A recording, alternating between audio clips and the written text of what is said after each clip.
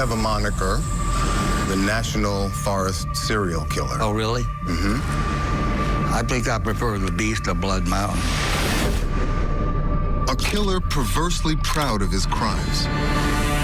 I set the record. I'm the oldest serial killer in American history. Isn't that amazing? He lurked in the woods, preyed on hiking trails, and displayed the evil that can be found in the wilderness of the human mind. I'm your worst nightmare, David. Gary Michael Hilton is talking about his crimes for the first time ever. After ignoring innumerable requests from every kind of person in the world, it's time to break my silence. And he'll be confronted like never before. Now, you keep pointing to robbery, but was that just an excuse to torture and kill people? Torture and kill people? Yeah. Hold on. Torture? I didn't torture anybody. Kidnap people, chain them up in your car, beat them to death, you rape them. Most people would regard that as torture. No. Where are we going with this? Well, I think we're going to the mind of a psychopath. A psychopath? Devoid of empathy, mercy, or decency. Narcissistic? Psychotically so. You're nuts. I killed him with it. I killed him. Now awaiting a death sentence in Florida, Hilton says he's finally ready to come clean. I'm going to give you a news scoop. I did it. I'm confessing to a murder on camera. And reveal what really happened to his victims. She said something that really grabbed me. What'd she say? It's the last chapter of an American crime saga. Do you hate women? Yes and no. Yes. And our last chance to look inside the mind of one of the country's most terrifying serial killers. You have the power to haunt our dreams. Yes, sir. Turn them into nightmares. Do you enjoy having that kind of power over us? You know, in a perverse kind of way, I do.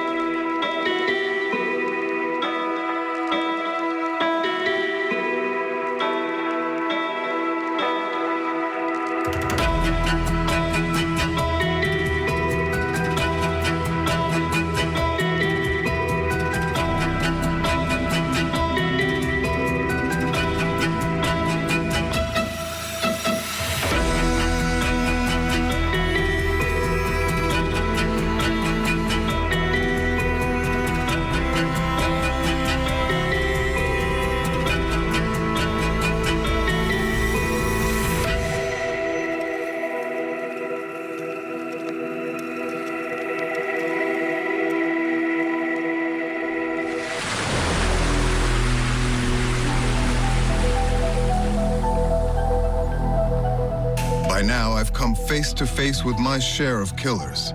They've been deranged, troubled, violent. Their heinous crimes defined by a lifetime of hate or a split second of evil.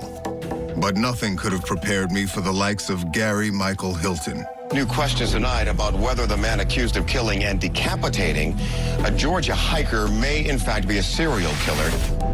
In 2007, at the ripe age of 61 years old, Gary Hilton made national headlines by launching a shocking murder spree in an unexpected crime scene, the sprawling wilderness of America's national forests. Over 4 months, he abducted, raped, murdered, and decapitated unsuspecting hikers, terrifying park visitors across the country. With Hilton lurking in the woods, no one was safe. It was like something out of a horror movie. Wearing a makeshift mask, Hilton used his victims' ATM cards in the aftermath of each grisly murder. Then, in January 2008, a massive manhunt led to his capture. Okay, 911, what's the exact location? I have the person of interest in that missing woman case is at this Chevron gas station. He's throwing stuff in the dumpster here. I can go take him down if you want. No, sir, stay right there. Here comes the cops. Yes. Police are there? Yes. They got him. Hilton's arrest made national news and brought an end to the carnage. Cops tracked this guy down and captured him. 61-year-old Gary Michael Hilton now sits in a county jail. Charged with abducting and killing 24-year-old Meredith Emerson. The suspect in this case is also a possible suspect in other murders. His interrogation brought into focus a terrifying villain. Once you've taken someone, you're either going to kill them or you're going to get caught. Wickedly intelligent, boastful of his crimes, I'm the one that killed the girl, okay? I'm the one that killed her. and contemptuous of his victims. I didn't kill them because for any satisfaction. It was distasteful. It was dreadful. Trust me, it was. Of course, I was able to do it because of my general rage against society. Of course. It's because Hilton pleaded guilty to murdering 24-year-old Meredith Emerson in Georgia, as well as John and Irene Bryant, an elderly couple in North Carolina. He was also tried, convicted, and sentenced to death for the murder of 46-year-old Cheryl Dunlap in Florida, a crime to which he has never confessed, until now. Today, he awaits execution after more than a decade on Florida's death row. But questions remain about Hilton's terrifying rampage. Many only he can answer. At 61 years old, he claims he became America's oldest serial killer. What caused him to snap? Why did he do it? Are there other victims? Despite all the attention, Hilton has never before spoken to the media. Okay, so the clock starts now. 10:42. Good. We have exactly 60 minutes. It was my first interview with a murderer sentenced to die. After all these years, why did Hilton finally want to talk? And what would he now reveal?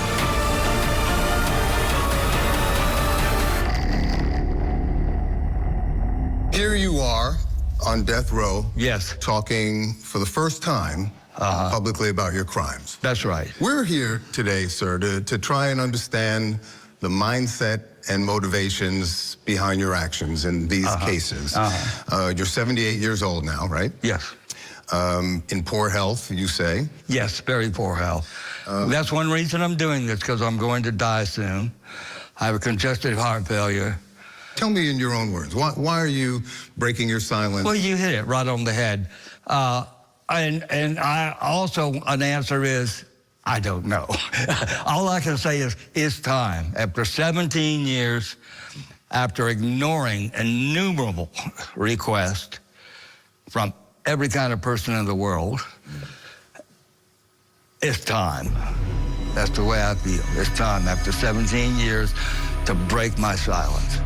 In our correspondence, you said, I think I'm prepared to give you an interview that's a lollapalooza. It'll knock your socks off. Yes. I will answer any question Yes. about any subject truthfully and completely. Yes. Can I count on you for that?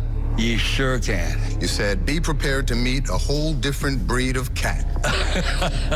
What breed exactly? Well, I'm just like no one else, really, you know. Serial killer? They're a dime a dozen. Psychopath? No. Sociopath? I have part of that in me. In the years since his murder spree, Hilton's infamy has seemingly only grown. He's been the subject of documentaries and internet lore. This is the case of Gary Hilton. His crimes spanned 3 states and millions of acres of pristine national forests and terrorized hikers everywhere. What did you think when the media dubbed you the National Forest serial killer? I think I prefer the Beast of Blood Mountain. The Beast of Blood Mountain. Mm-hmm. Does that give you a sense of accomplishment? No. Bound by chains and shackled to a violent past, Hilton may look different now after 12 years on death row. But he's about to give his first interview ever and open a window into a mind deranged since childhood. From a child, a little child, I was always fascinated with death and destruction and guns and war. As a child, at 5, 6 years old, constantly, I've just always been fascinated with it. Born in Atlanta and raised in Florida by his mother and stepfather, Hilton's troubled and violent mind was evident as a teenager. 4 minutes into the police interrogation, you call yourself a sociopath. You remember that? You said, I'm a sociopath. And I'm like what they call an antisocial. That's the new name for it, an antisocial personality. In my day, it was called a sociopathic character disorder. Were you diagnosed as a sociopath? As a matter of fact, I was. At age 14, Hilton fired a shotgun at his stepfather, nearly killing him. Authorities ordered a mental evaluation. At 14, I was seeing the head of the Dade County Child Guidance Clinic, who was a psychiatrist. I saw him for a year or two, and he just flat told me. What did he tell you? You have a sociopathic character disorder. Hilton had other textbook markers for psychopathy and a condition called paraphilia, an obsession with violent sexual fantasies. You admit to paraphilia? Strong. That's one of the reasons I am a killer. I've had strong paraphilia all my life. When I accidentally discovered masturbation, my paraphilia, as I was doing it for years, it was a battlefield, and they were women nude, and they were spread over a tree stump, and I would come along with a sword. Hilton went on to describe vile acts against women. That's how you would get off. This is my first sexual feelings. His adulthood was marked by a string of failed marriages and short-lived jobs, until in middle age he found himself broke, homeless, and alone.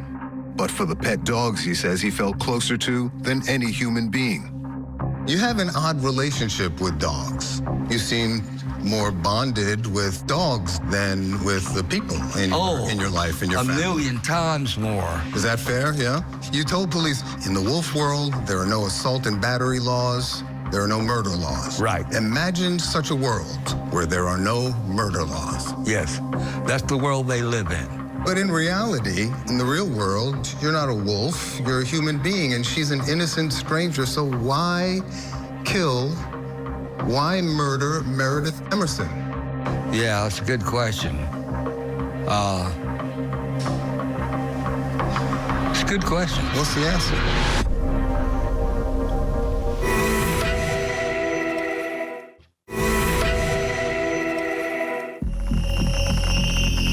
It's not clear exactly when Gary Hilton decided to start stalking and killing people, but it is known that for years he frequented national parks in multiple states in his white van, posing as an ordinary hiker. What you doing out here? Well, you're the fourth person to come along. Am I? And ask me that. At some point in his middle age, a lifetime of madness and failure had pushed him over the edge. Outside of crime, your life is utterly unremarkable. That's true. Is that fair? A complete abject failure, a nothing, a nobody who never achieved anything, that never followed through on anything, who is a failure at everything. Except killing. Well, that started when I was 61. In January 2008, Hilton was scouting the trails of Georgia's Blood Mountain for human prey. He was armed with a bayonet, a police baton, and a friendly red retriever named Dandy. Chattahoochee National Forest. 750,000 acres of thick woodlands in the North Georgia mountains. At what point did you first spot Meredith? Can you remember? Yeah, I was coming down off the Blood Mountain Trail, and she was just coming up, and she had stopped and opened up her little collapsible dog bowl. 24-year-old Meredith Emerson was hiking with her dog on that day. The recent University of Georgia graduate was just settling into a new career and a bright future when she crossed paths with evil. She fit the profile, single woman. Oh, definitely good-looking. Single woman. Yeah, good-looking, young, and everything. Unlikely to resist? or so you thought? You told police that your MO was to lurk and sometimes watch with binoculars from a distance, just like a hunter would. Yeah. The Blood Mountain Trail is the most used day hiking trail in the state of Georgia. So on the one hand, that makes it an excellent hunting ground. On the other hand, it makes it no good because there's so many witnesses. You positioned yourself at the intersection of two trails, right? No, I was just coming down off the trail and boom, there she was. At what point did you decide she was the one you were going to strike? I'd already decided the instant I saw her. Closing the distance to Meredith on the trail was easy with the help of Hilton's dog, Dandy. You deploy your unwitting accomplice, Dandy, right? The icebreaker? I mean, you can't help but not use him. He's so lovable and everything. Well, you told police that was part of the strategy. You see, it's reverse anthropomorphism. Rather than assigning human qualities to an animal, they assign animal qualities to humans. So he's got his laughing, lovable golden retriever. He must be okay. Right. Reverse anthropomorphism. Some men use dogs to meet women that way. You use your dog to meet victims that way. It worked on her, right? Now you're walking up towards the summit on the trail in close proximity. The presence of so many other people on the trail didn't dissuade you? I'm telling you, it should have. I walked up the trail with her for a ways, and several people saw me with her. Right. And as a matter of fact, one guy, and it turns out that he was law enforcement. Yeah. One guy said, "Are you with her?" And I said, "No." That should have killed it right there. Moments later, alone with Meredith on the trail, the former Army soldier brandished his bayonet blade and prepared to strike.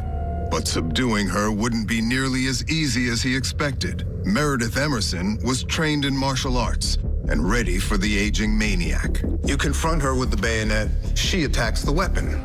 She shocked me. She had real quick hands, and she grabbed the knife blade. She cut her hand slightly. Like I said, the bayonet was not sharp. She grabbed it, and I was so slack, I was like lollygagging around. Didn't have a good, firm grip on it. And she twisted it right out of my hand. So she disarms you. But she loses control of the bayonet, too, at the same time. Now you know you've badly miscalculated. You resort to your second go-to weapon, the police baton. And she just proceeded to grab the baton and took that out of my hand. So now you're getting your ass kicked by a girl in the woods. No. Sounds like it. Not at all. Really? I sensed at this moment that pressing Hilton might help reveal just how prideful and heartless he is. To get inside his head, I needed to get under his skin. What do you think? You're armed, she's not. You have, 40 or 50 pounds on her. Not very manly of you, Mr. Hilton. You pick a weak victim. An Army soldier would call that a punk move. No one was there but her and me, and I'm telling you frankly, even the best of us have bad days. Okay? And no, it wasn't a punk move, because guess what happened then? After she took the bat, she took the bayonet, what happened then? You had to hand fight her, you said. And what happened then? Well, you overpowered her just barely, it sounds like. No, not just barely. No? Where did you get that at? Well, you said to the police, I had to hand fight her. I probably have multiple fractures in my right hand. Yes, that's right. And I still couldn't get control of her. She would feign or pretend that I was in control and then start fighting again. So I had to hit her a number of times. Straight punches to the face or the head. Right, but I had control of her. I had her with my left hand the whole time. So what happened? I beat her ass. Can I ask you this? Empathy, mercy, decency, did those ideas ever register with you at all? Yes. I have 4 different personalities. A soldier, a scientist, an artist, and a comedian. Hilton says he has multiple personalities, to which he ascribes 4 respective professions, though he is qualified in none. The soldier and the scientist, they're totally rational, unemotional. The artists are concerned with textures and feelings and emotions, and the comedian wants to make people happy. The soldier personality is emotionless. Kill them all, let God sort them out. That's the soldier mentality. Is it possible that all that talk about being an Army soldier was delusional on your part? No. No? No. I've been tested too many times. I've been in too many fights for over 20 years. Hilton forcibly abducted Meredith Emerson and chained her to the chassis inside his white van. While Meredith languished, a massive search was underway to find her that garnered widespread media attention. But the scale of the crime scene, nearly 1 million acres of Georgia's Chattahoochee National Forest, was daunting. No trace yet of a missing 24-year-old Gwinnett County woman. We were there from sunup to sundown. Meredith Emerson could do anything. If anybody can survive this, she can. We haven't found anything here yet. The community rallies. Yeah, I thought this would just pass unnoticed. Just another hiker missing in the mountains. Man, no big deal. Maybe a paragraph in the paper. Good grief.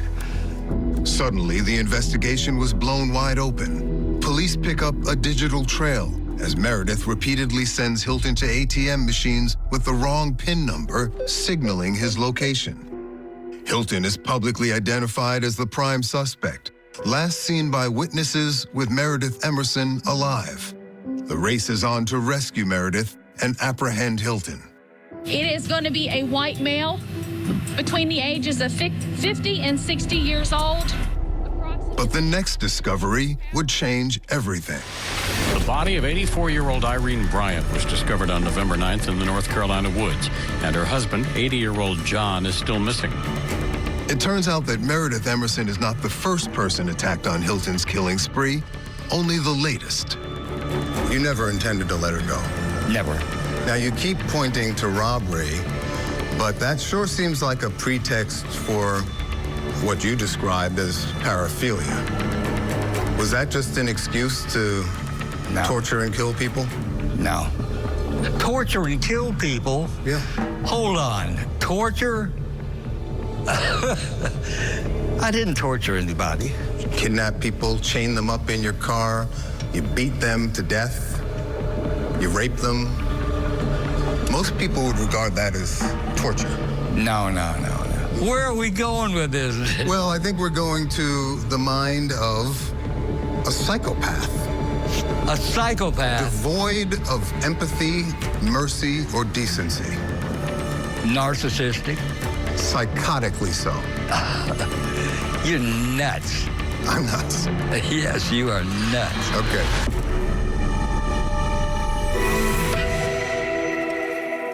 This week, Lori Vallow Daybell representing herself. What to expect and what to look for each day in the cult mom conspiracy trial.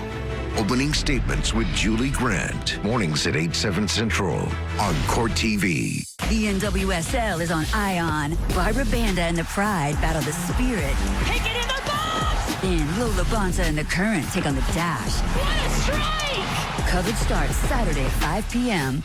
Ion, it's on. All day above Blood Mountain, the State Patrol's infrared detectors scanned for body heat below.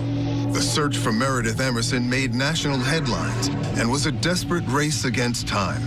Do everything we can do to make sure that if she's up there, that we get her out of there safely. Police now knew who took her and which way he was driving. They also knew that Hilton could snap at any moment. It's a missing persons investigation right now, and that's how we're pursuing it. And the scale of the investigation had expanded to 3 states when police realized that Meredith Emerson wasn't Hilton's first victim, only the latest. The body of 84-year-old Irene Bryant was discovered on November 9th in the North Carolina woods, and her husband, 80-year-old John, is still missing. 4 months earlier, John and Irene Bryant had just arrived at Pisgah National Forest in North Carolina. The retired couple were 80 and 84 years old, but fit and young at heart and avid hikers. But on this day, the Bryants walked onto the trailhead and into an ambush. 61-year-old drifter Gary Hilton was armed and lying in wait. Irene and John Bryant, right? October 2007. Hilton has never discussed exactly what happened to the Bryants until now. The crime scene is North Carolina's Pisgah National Forest, 500,000 acres, with hundreds of miles of hiking trails. At what point did you spot the two octogenarians? When they got out of their car at the trailhead. In the parking lot? Yeah. It was just a little parking lot. And why them? Were there no lone girls out there that day to pick on? No. I violated one of my rules. I said no couples, because two murders would generate a lot of publicity. I was down to one Ritalin, 2 spoons of coffee, $2. I'd been living out of dumpsters from a picnic area for 2 weeks. I'd lost a ton of weight. I think I was probably about down to 140. And I just said, hey, this has got to stop. And I had to take someone. What do you mean when you say you had to take someone? To get money. For robbery purposes? Well, yes. I'm going to stake out this trailhead, and the first person that shows up goes. It was the Bryants? Yes. Okay. What happens next? So I kind of geared up, and so I said to John Bryant, you know what? We're going to take your credit card and run it. And he said, I'll go to hell. And he just brushed right past me. And I deployed the baton and hit him on the back of his left knee. So the guy whirls around. He was a big guy, a big, strong man, just as fit as can be. He whirls around, he's carrying this trekking stick, this hiking stick that they love to carry. So he goes after me with that. So I just brushed it away, and then whack, hit him on the side of the head, then pulled out a pepper, sprayed him in the face. He steps forward a few feet and goes down. Where was Irene? She was a few feet ahead of him. And then he does the craziest thing. I can't believe this. He said, Irene, I can't see. Hit him. Well, I just beaten him down. And he's a big guy, 6 foot plus. And now he's telling his wife to fight me. And bless her heart, Irene, she was all heart. She comes at you.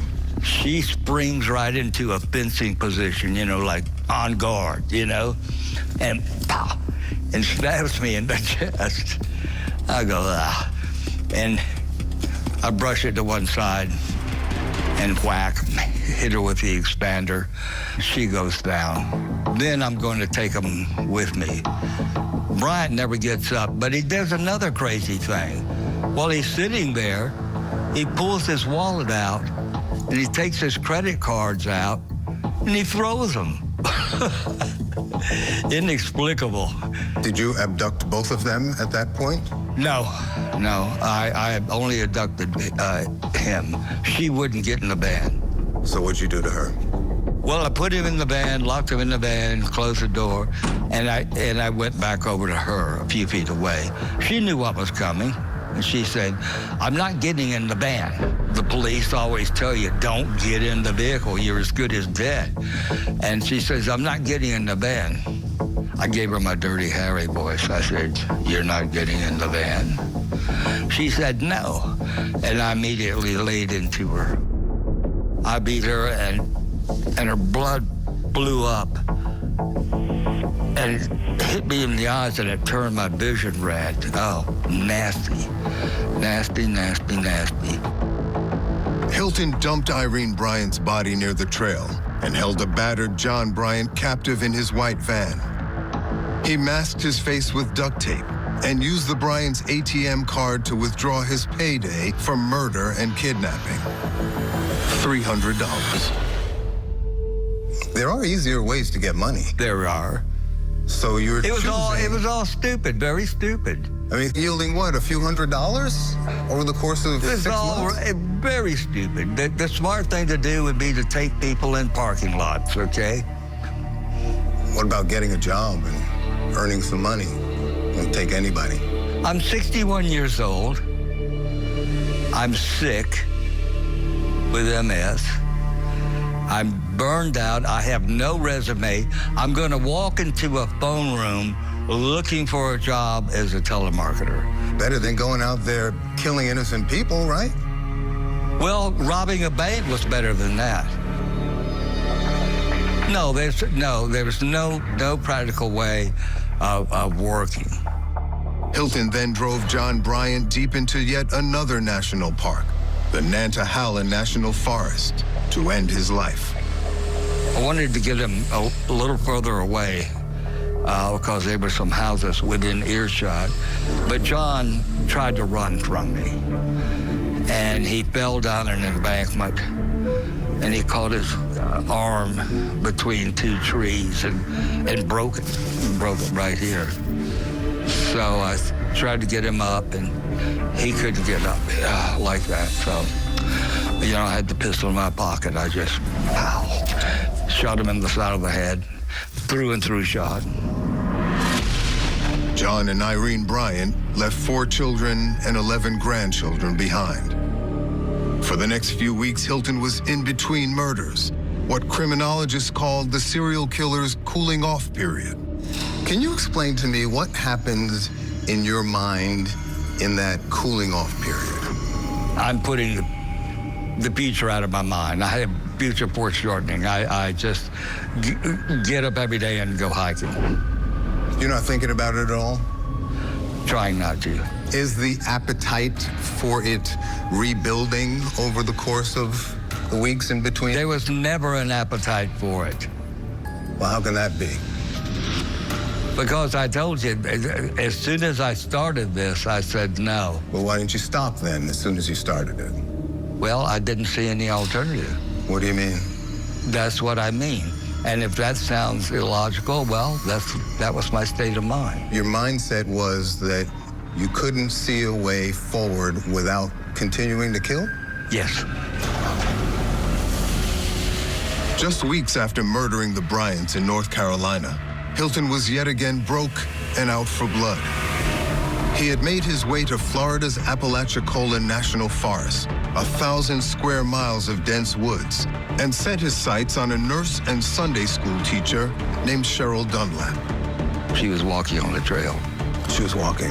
Now, you've never publicly told exactly what happened there, right? No, I haven't. And that case currently is under appeal. As a matter of fact, it hasn't been finally adjudicated. But hey, I'm going to give you a new scoop.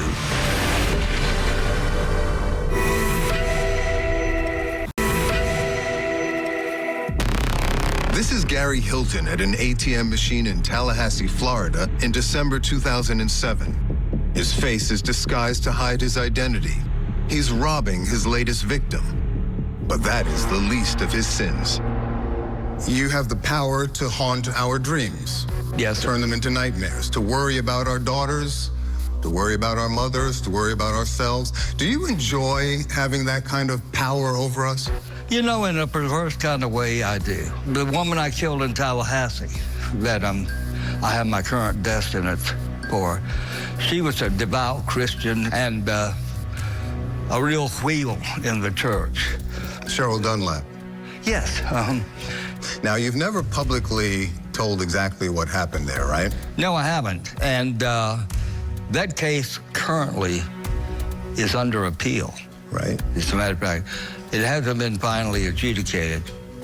But hey, I'm going to give you a new scoop. I did it. So there you have it. You did it? Yes, I'm confessing to a murder on camera that I've never had before. You murdered... So I'm giving you something, David. You murdered Cheryl Dunlap. Yes, I did it. I did it. And I'll be glad to tell anyone I did. After committing a double murder in North Carolina in the fall of 2007, Hilton fled one massive crime scene for another, arriving in Florida's Apalachicola National Forest. Yet again, Hilton found himself broke, hungry, and hunting for a human target. He was living out of his van and living out a fiendish killing spree. Where did you first spot her?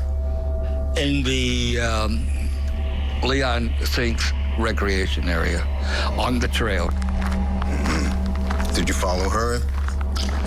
I staked out the trail and I had binoculars. I was covered with a mosquito net.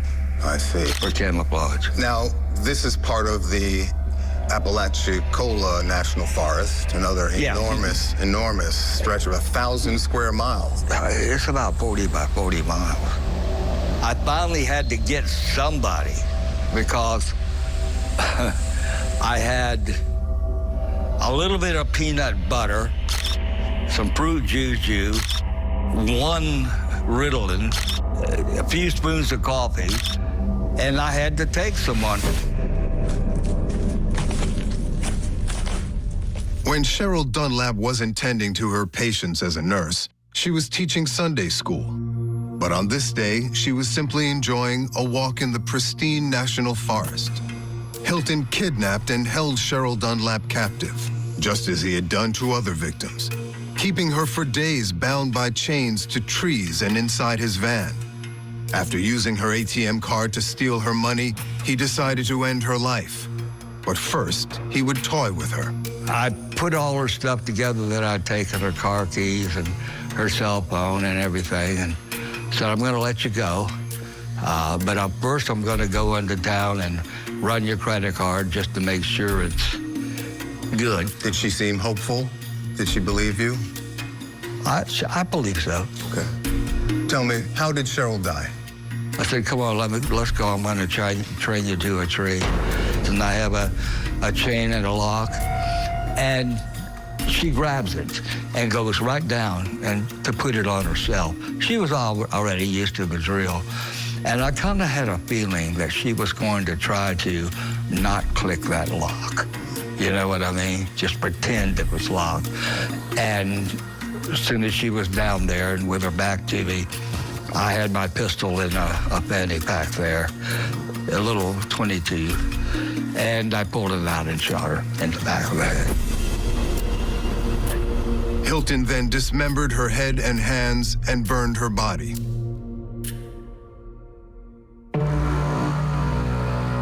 Cheryl Dunlap, she was all religion. And it gave me a kind of a perverse amusement to think I just terrorized an entire church, okay? I just have affected their life for the rest of their life. They'll never forget it. And all those little kids that she taught Sunday school to find out that she was killed and her head was cut off and her hands were cut off, it could haunt them. And well, it will scar them for the rest of their lives. Yes, right. You enjoy that, amuse yourself? No, it's just, I have to admit. Yeah. I kind of like, ha, ha, ha, ha, you know. But she said something that really grabbed me, kind of rattled me. What'd she say?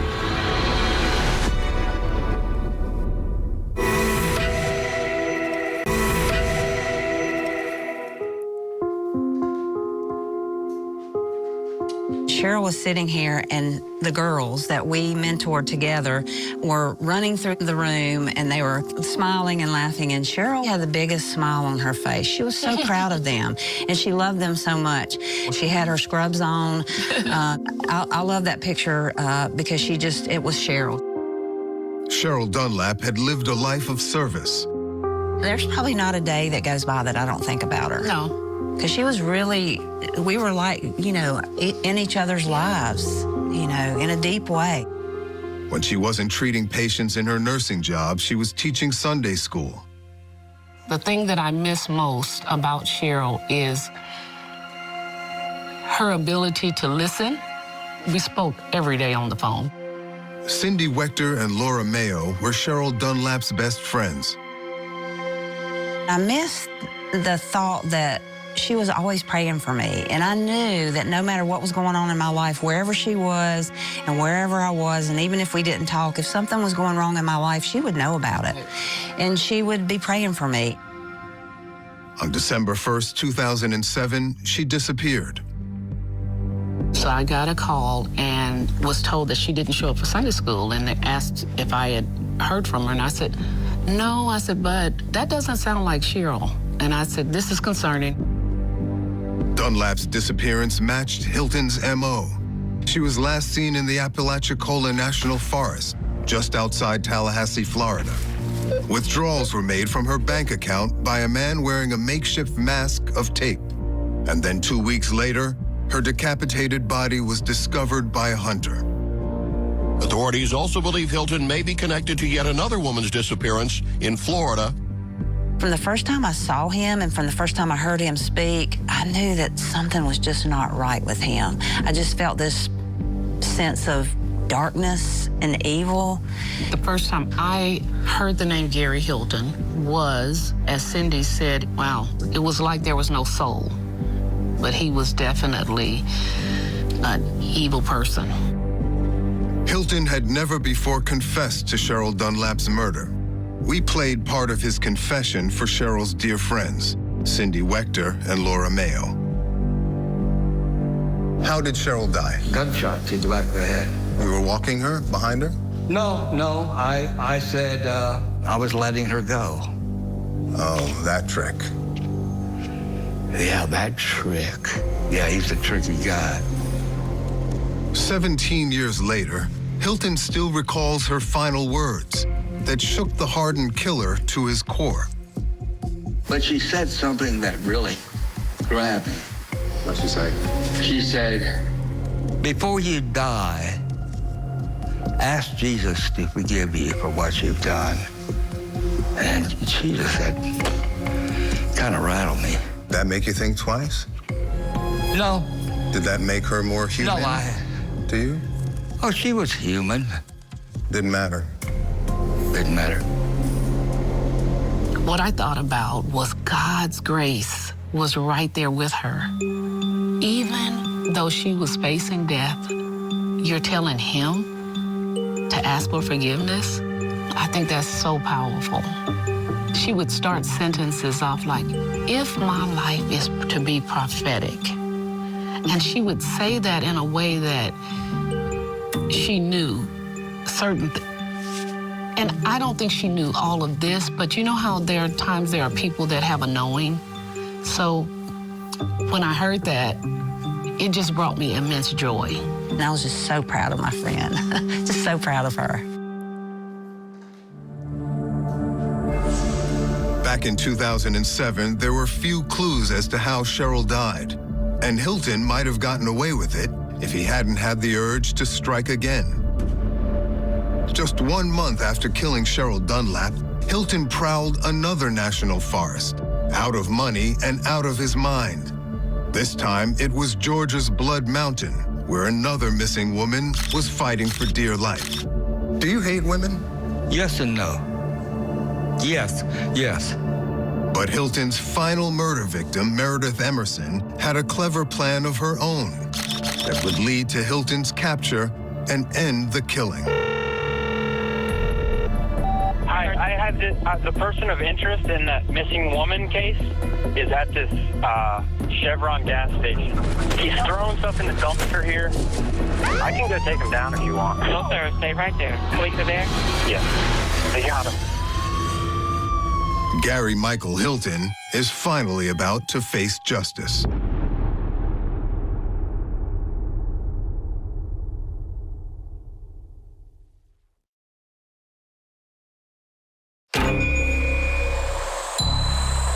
He lurked in the woods, preyed on hikers, and says he became America's oldest serial killer. I was always real good to my victims. Until you bludgeon them? Until they either shot them or bludgeoned them. Once you've taken someone, you're either going to kill them or you're going to get caught. In 2007, Gary Michael Hilton, a deranged 61-year-old drifter, launched a killing spree in national forests spanning 3 different states. John and Irene Bryant had been slain in North Carolina. Cheryl Dunlap was murdered in Florida. And on New Year's Day in 2008, a young woman named Meredith Emerson went missing on Georgia's Blood Mountain. You never intended to let her go. Never. Right. Now, Hilton's talking for the first time ever about his murderous midlife crisis. I'm going to give you a news scoop. I did it. Making news with a murder confession. Yes, I'm confessing to a murder on camera that I've never had before. And opening a window into the mind of a madman. Outside of crime, your life is utterly unremarkable. A complete abject failure. Except killing. Well, that started when I was 61. Did it really? Yeah, I knew that was coming. I set the record. I'm the oldest serial killer in American history. Isn't that amazing?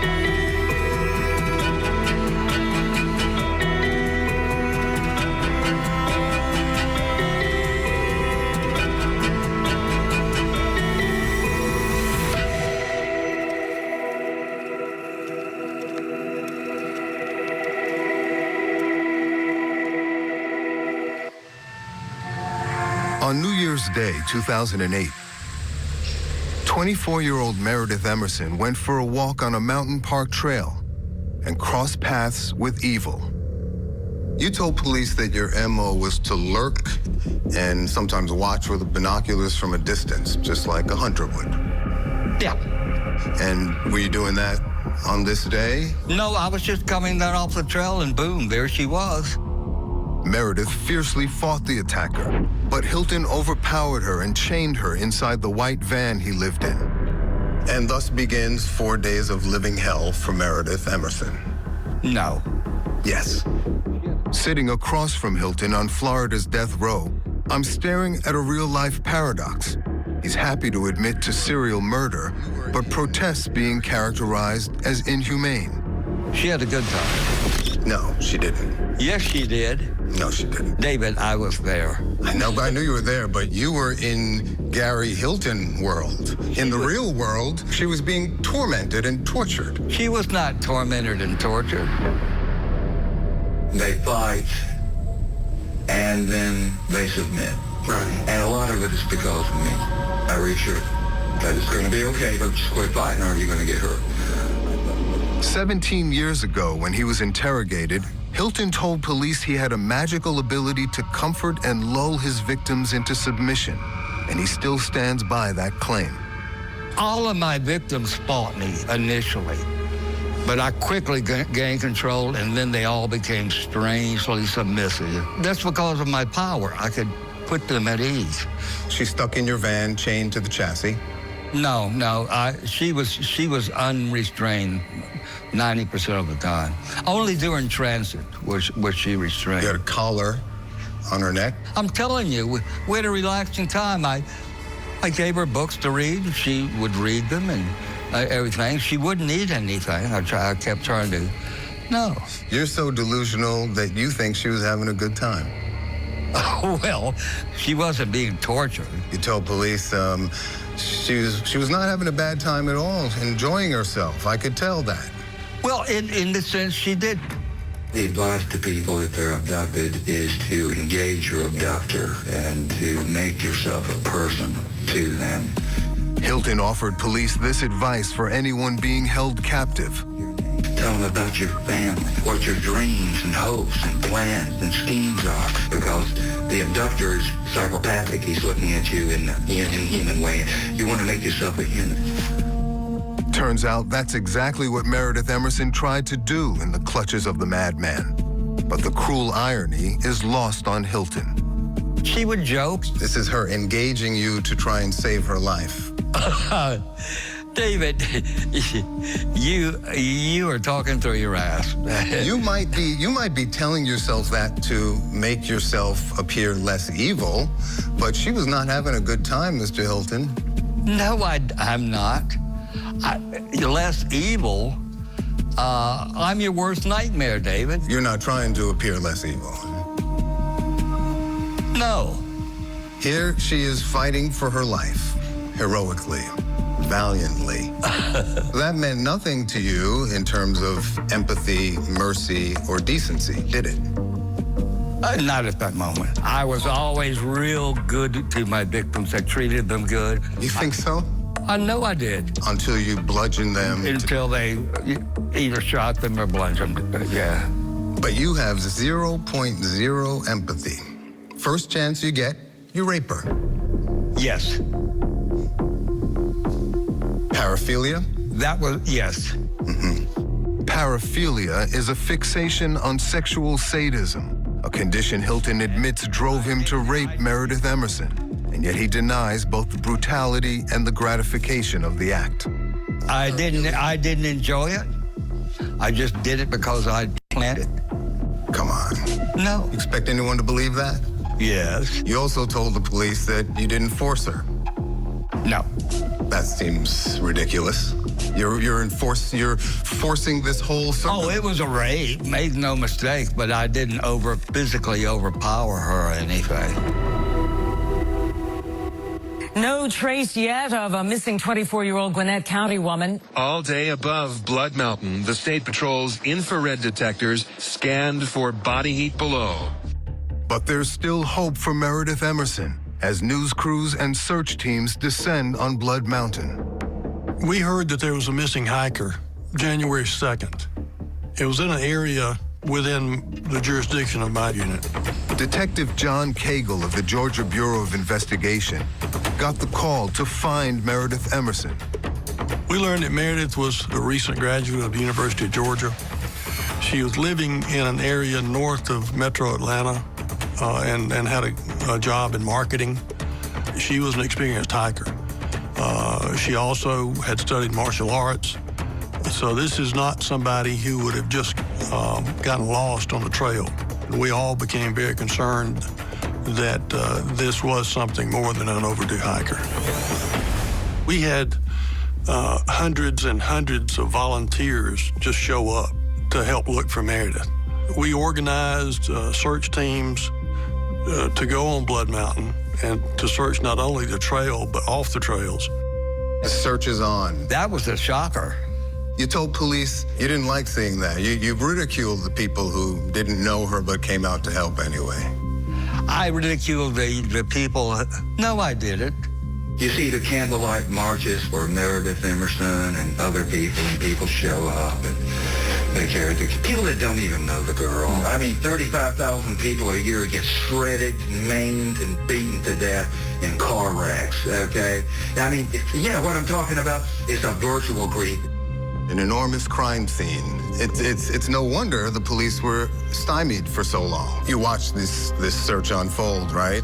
Hundreds of searchers, helicopters, dogs, people walking the grid out there in the middle of nowhere. Did you just watch all that play out in amusement? No. I didn't know anything about that. You didn't? Nope. Hilton didn't know it, but he had just become the prime suspect and was about to become the prey. We began to interview people that had been on the trail New Year's Day and had seen Meredith.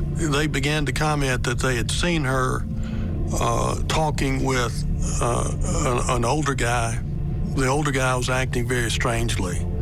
So we began to put out a description of this person that had been seen with Meredith. And we got a call to our tip line from someone who says, I think I know who you're looking for. His name is Gary Hilton.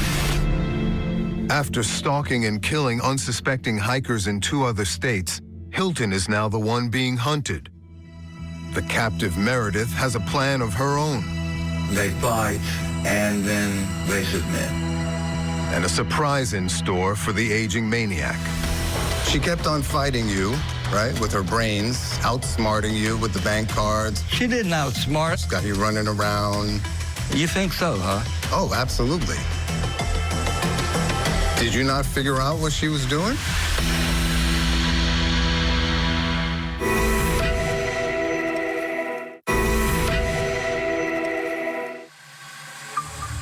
In the days after Meredith Emerson's disappearance on New Year's Day 2008, police are on the brink of finding her and her captor, Gary Michael Hilton.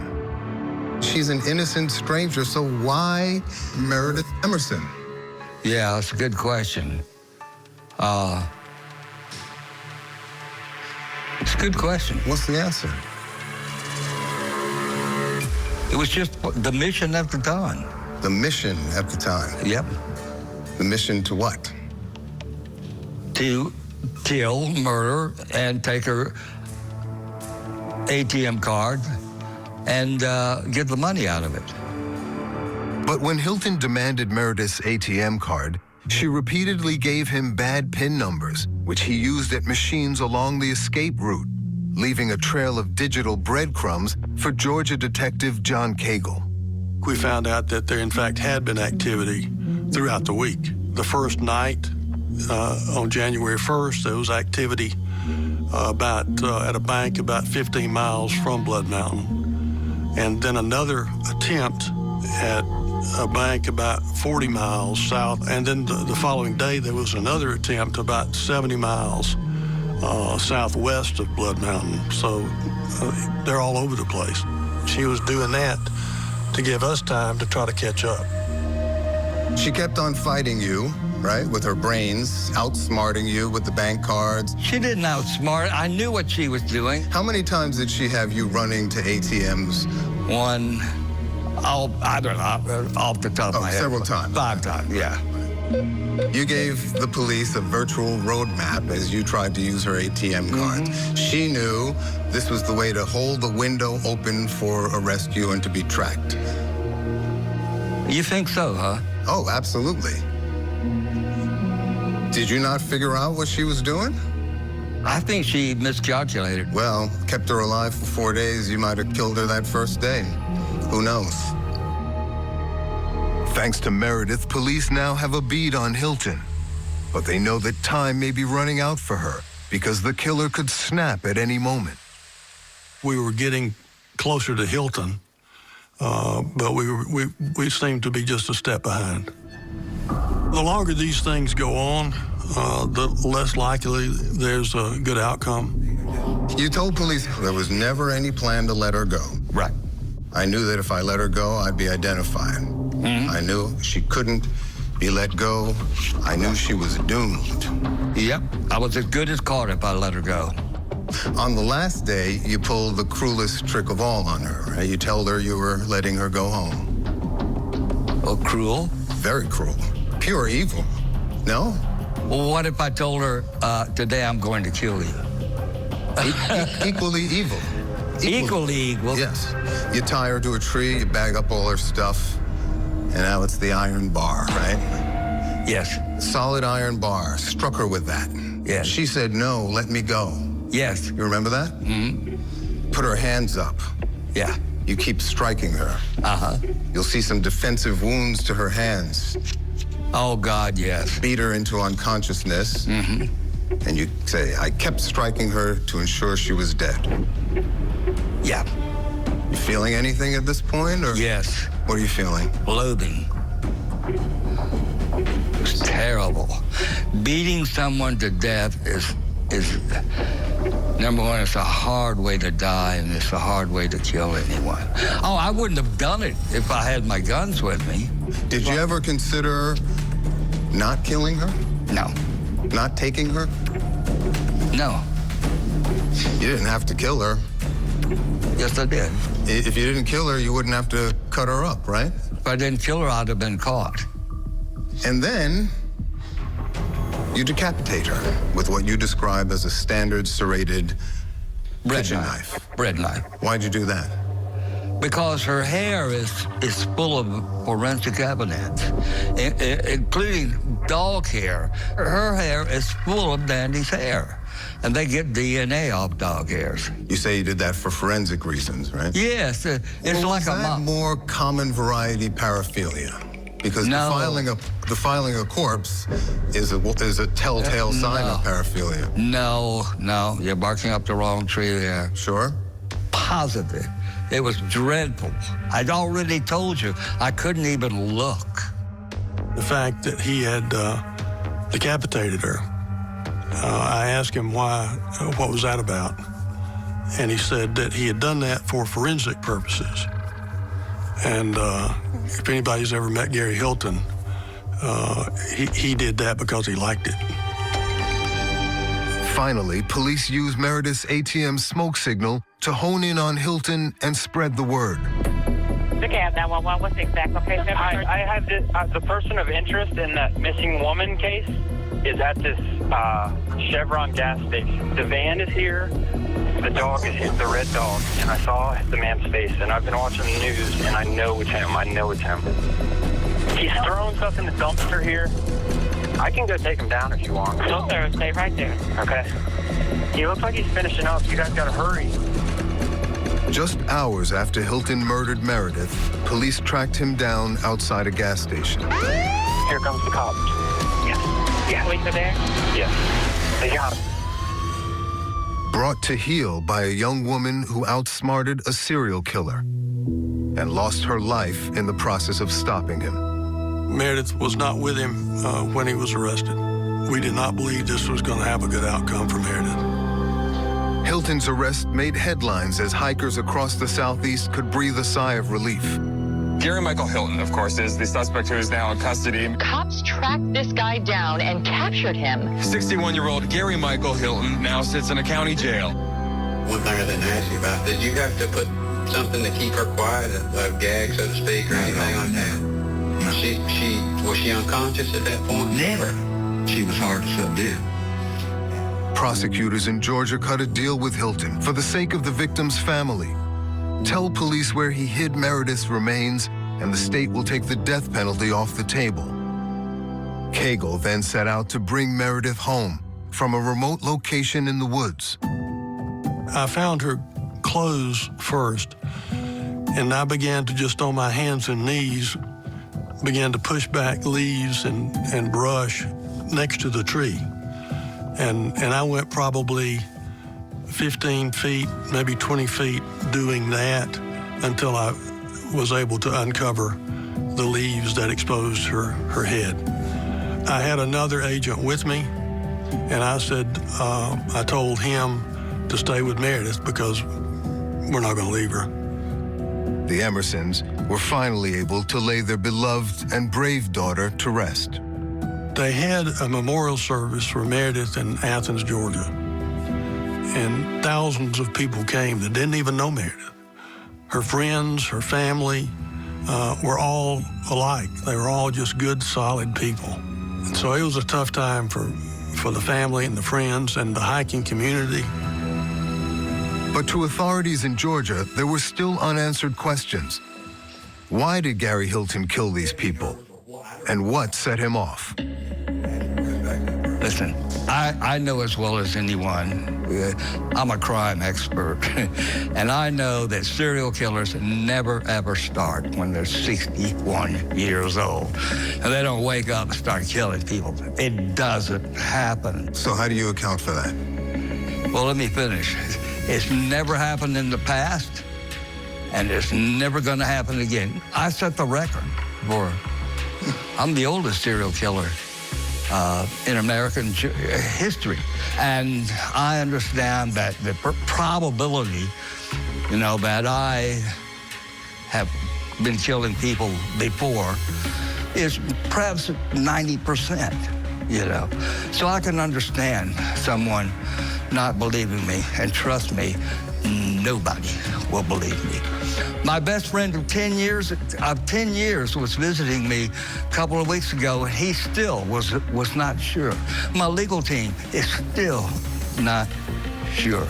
You maintain, contrary to common sense and logic and statistics. Let me answer that with a saying that I've come up with. You must always leave room for the exception. So you maintain? You must always leave room for the coincidence. All these years later, Hilton remains perversely proud of his crimes. But this deranged serial killer's reign of terror is over. And now Gary Hilton is the one in chains and about to finally face justice. I believe he is nothing more than a bully and a weak-minded coward who preys on others.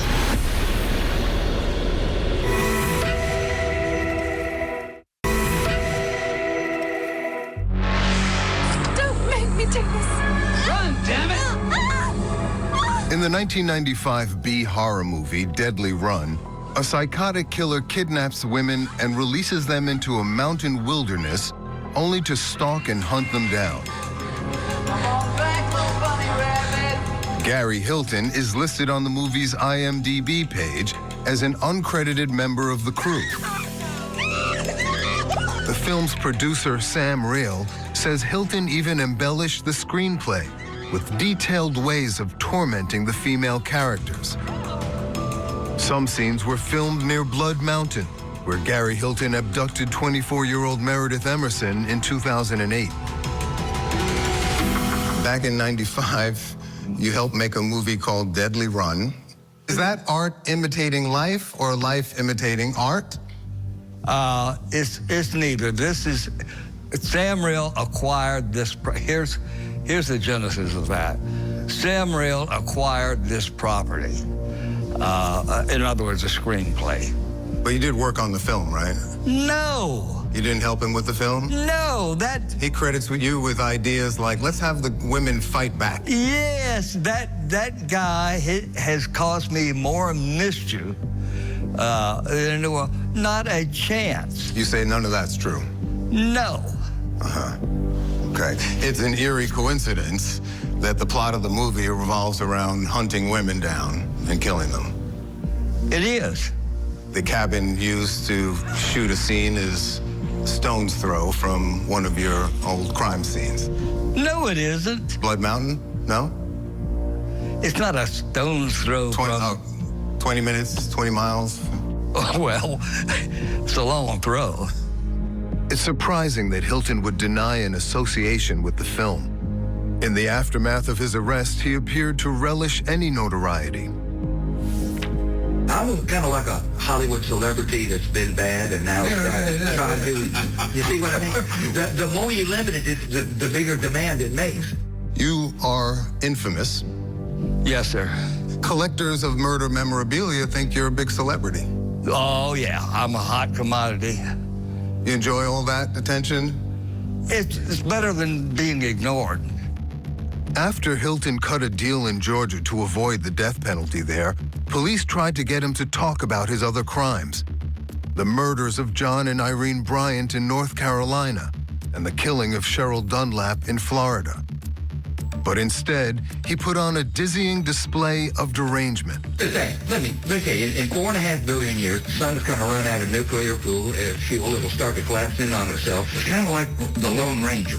And the Lone Ranger would come galloping into town. There would be all the schmuck townspeople, right? And here the Lone Ranger would be wearing this mask, a skin-tight outfit, a really elaborate 2-gun rig mounted with silver with chrome pistols. I have a Rage Against Society, and I guess most people would fit the bill as far as the victim goes. Wasn't it you that asked me what's it like to cut someone's head off? Okay. It was dreadful, and the only thing you can do is so dreadful that the only thing you can do is go on autopilot. I told you it wasn't worth it. Hilton's no different than any other serial killer. They always think they're the most, important and the smartest person in the room. And Hilton's no exception. The only time he's smarter than anybody is when he's alone in his cell. That's the time he's the smartest guy in the room. Do you think you're smart? I am. You do? Oh.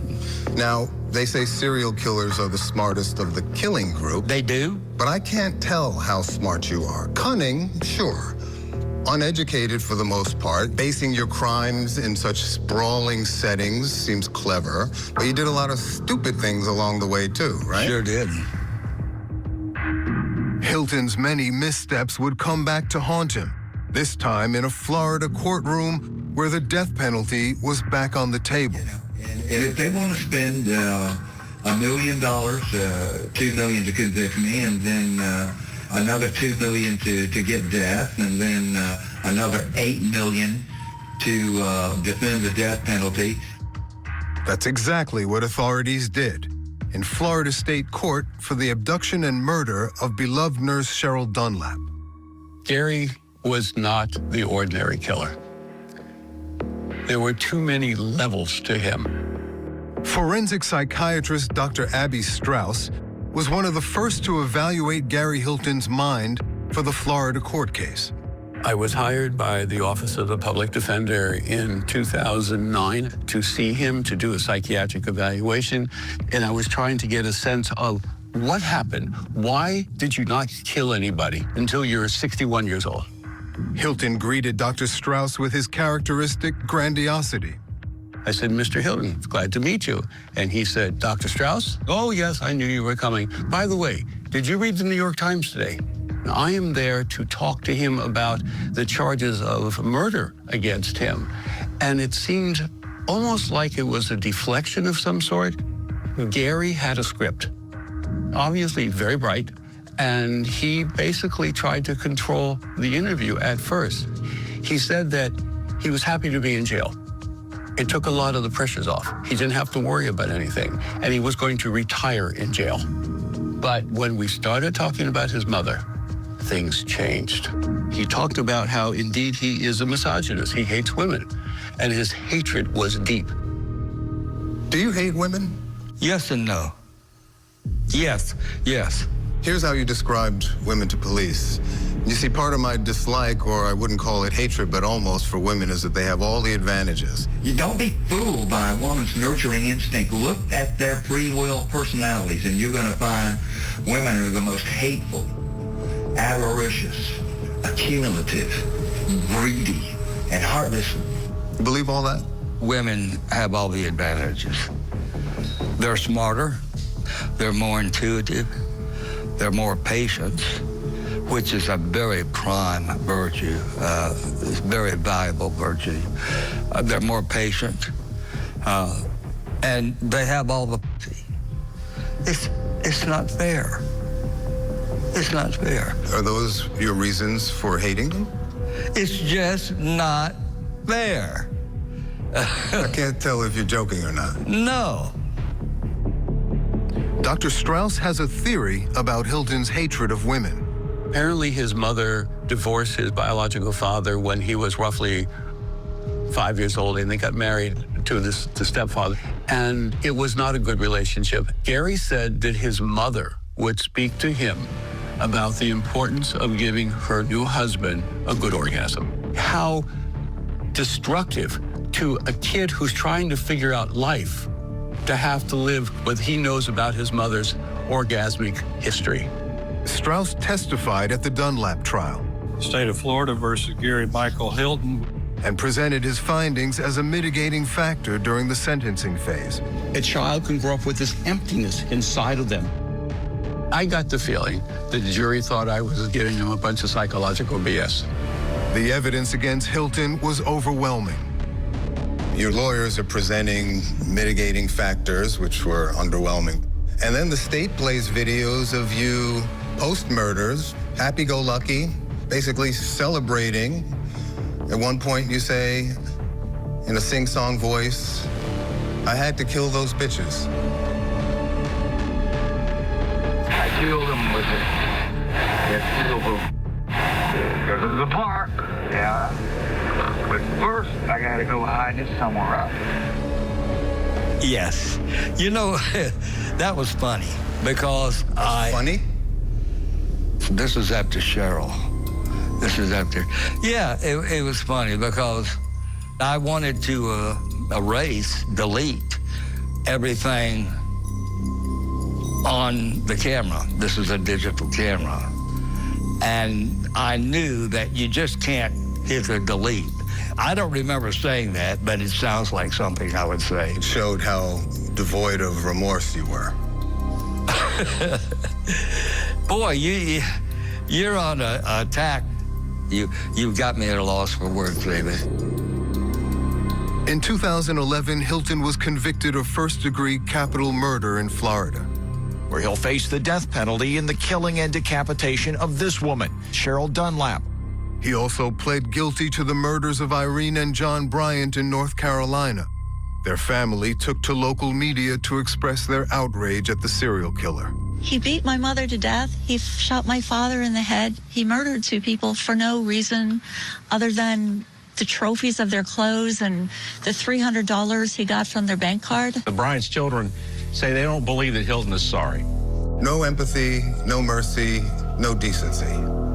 Well, I think let's not go that far. Although, let me tell you, Meredith is the one that really gets to me. She was 24 years old. I stole over 50 years of her life. She was such a great girl. Just graduated from a fine school, Georgia, and had a bright future. And I took it all from her. It's terrible. It was terrible. You said about Cheryl Dunlap, the community went absolutely nuts over this. Sure, she's a nurse and she teaches Sunday school to fifth graders, but you'd think I killed Mother Teresa. Hey, look, it's just another murderer. So many, there's a million murders. This is how you're discussing the murder victim?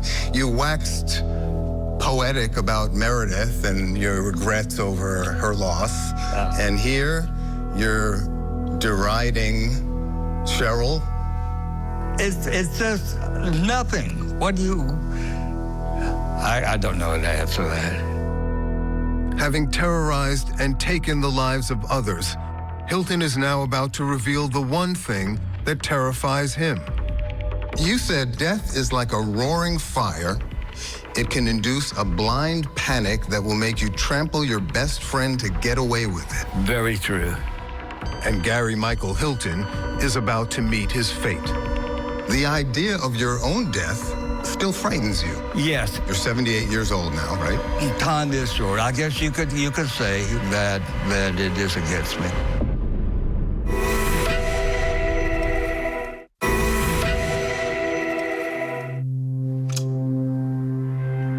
As far as Gary Hilton getting the death penalty, the law is the law. Laura Mayo and Cindy Wechter were Cheryl Dunlap's best friends.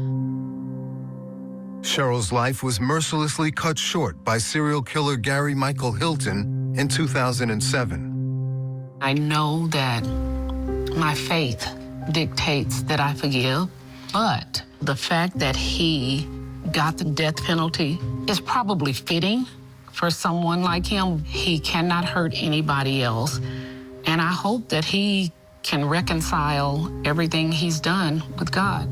I also felt like he realizes that he's killed so many people, but yet he realizes he's gonna die. And so it did, like Laura said, it did feel like it was fitting. It was the law, and the people who made the judgments and everything decided that this was fitting. Back in 2008, Hilton taunted investigators and dared the courts to charge him with capital murder. I'm telling you right now, I'm going to dig my heels in and get around to executing me 17 years from now when I'm 78 years old and I'm decrepit and anything. Hey, they can do it. But now, exactly 17 years later, I'm sitting across from a decrepit 78-year-old Gary Hilton. And today, it is the death penalty that he fears most. You said something in the correspondence that I thought was especially striking. I thought I'd start with this. You said, confronting the reality of death. Yes. Is, of course, much different from the abstract concept. Yes. Death is like a roaring fire. It can induce a blind panic that will make you trample your best friend to get away with it. Very true. Have you witnessed this intimately in the course of imposing death on your victims? No, their death was, to them, completely unexpected. And yet, what surprises me about that statement is that even after all the cruelty and killing you've done, the idea of your own death still frightens you. Yes, and for that, I'm ashamed, and I feel guilty. Because the way you struck down those innocent people, you would think that life is cheap to you. But that's right. Does that just apply to other people's lives, not your own? No, it applies to their lives too. Does it apply to yours? Yes, and when I say I want to live, well, they wanted to live too. I know they did, and I know what I took from them. He wants people to remember how big a serial killer he is when he dies. We'll see what the look on his face is when they bring him in to be executed. Detective John Cagle once helped bring Hilton in, and now hopes one day to see him off. I look forward to being there for that. To stave off execution, Hilton has been appealing his death sentence for years. His latest effort is now pending at the U.S. 11th Circuit Court of Appeals. It's unclear how his stunning admission to the Dunlap murder earlier in our interview will impact his appeal. I'm going to give you a news scoop. I did it. You did it? Yes, I'm confessing to a murder on camera that I've never had before. You murdered... So I'm giving you something, David. You murdered Cheryl Dunlap. Yes, I did. I did it. And I'll be glad to tell anyone I did. Why'd you wait so long to confess to this crime? You know, you have lawyers and they pound it in you, not to say anything. But as I told you before, I'm to the point where I don't care. I don't care. There's nothing they can do to me. Hilton may finally be on the brink of his long overdue demise, but 17 years on, will nature take him before the state of Florida can put him to death? You're in poor health, you say? Yes, very poor health, because I'm going to die soon. Is that why you're here today? Well, yeah. Time is short, but hey. And then there's the question of other victims. No prior murders? No prior felonies committed, violent felonies committed against persons of any type. Until you're 61 years old. It's unbelievable. It's very hard to believe. Isn't that amazing?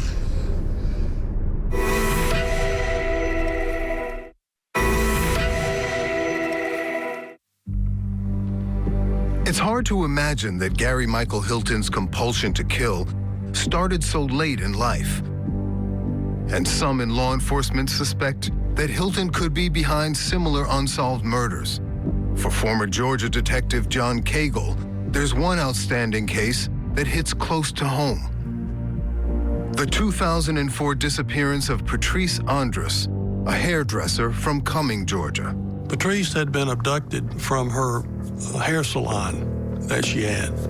In his lengthy interrogation with investigators, Hilton revealed that he liked to visit beauty salons to hustle money for a fake charity. That's where that beauty shop comes from. So they're working on Saturday, and that's primarily... That's their day. That's when the owner is going to be there. That's the busiest time of the week on any beauty shop. It's Saturday morning. Do they tend to give up good money as all women in there? And, what? Patrice's remains were found near the same wooded area where Hilton hid Meredith Emerson's body.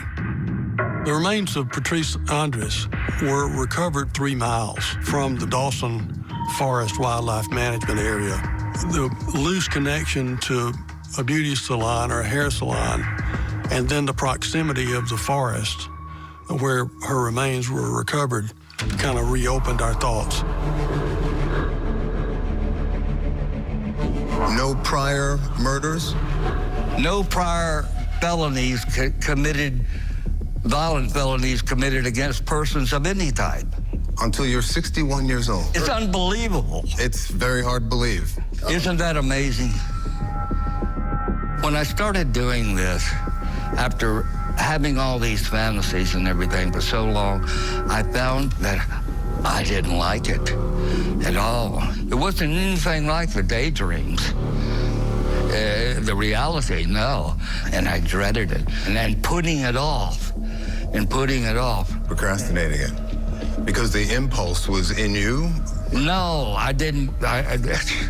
Once I actually did it. I see. Once I actually did it. Hilton has come under suspicion in connection with several other missing persons in the years leading up to his killing spree, including Judy Smith, Jason Knapp, Rosanna Miliani, and Michael Scott Lewis. All vanished from national forests in the southeastern United States, Hilton's hunting grounds.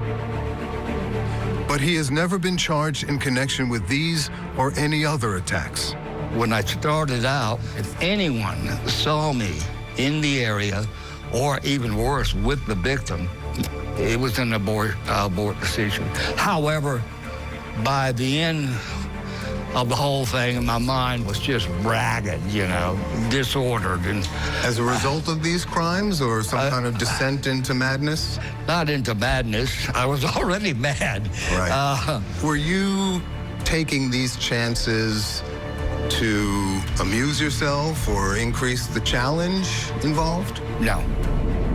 Is there anything that could have happened to prevent you from murdering these people? Is there anything we at large could have done to stop this? How would you advise us with respect to all the other Gary Hiltons out there?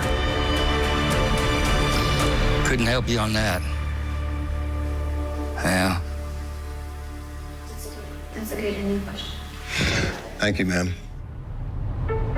And with that, Gary Hilton's first and likely last interview comes to an end.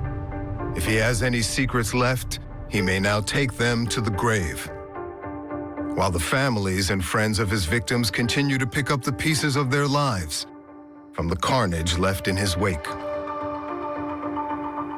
For Detective John Cagle, the Meredith Emerson case would finish a long career in law enforcement. This was the last case I worked at GBI. I retired in April 2008. There are people, even to this day, 17 years later, that remember this case and are still struggling with it. As for Laura Mayo and Cindy Wechter, the last thing they want to do is think about the man who took their dear friend Cheryl Dunlap's life.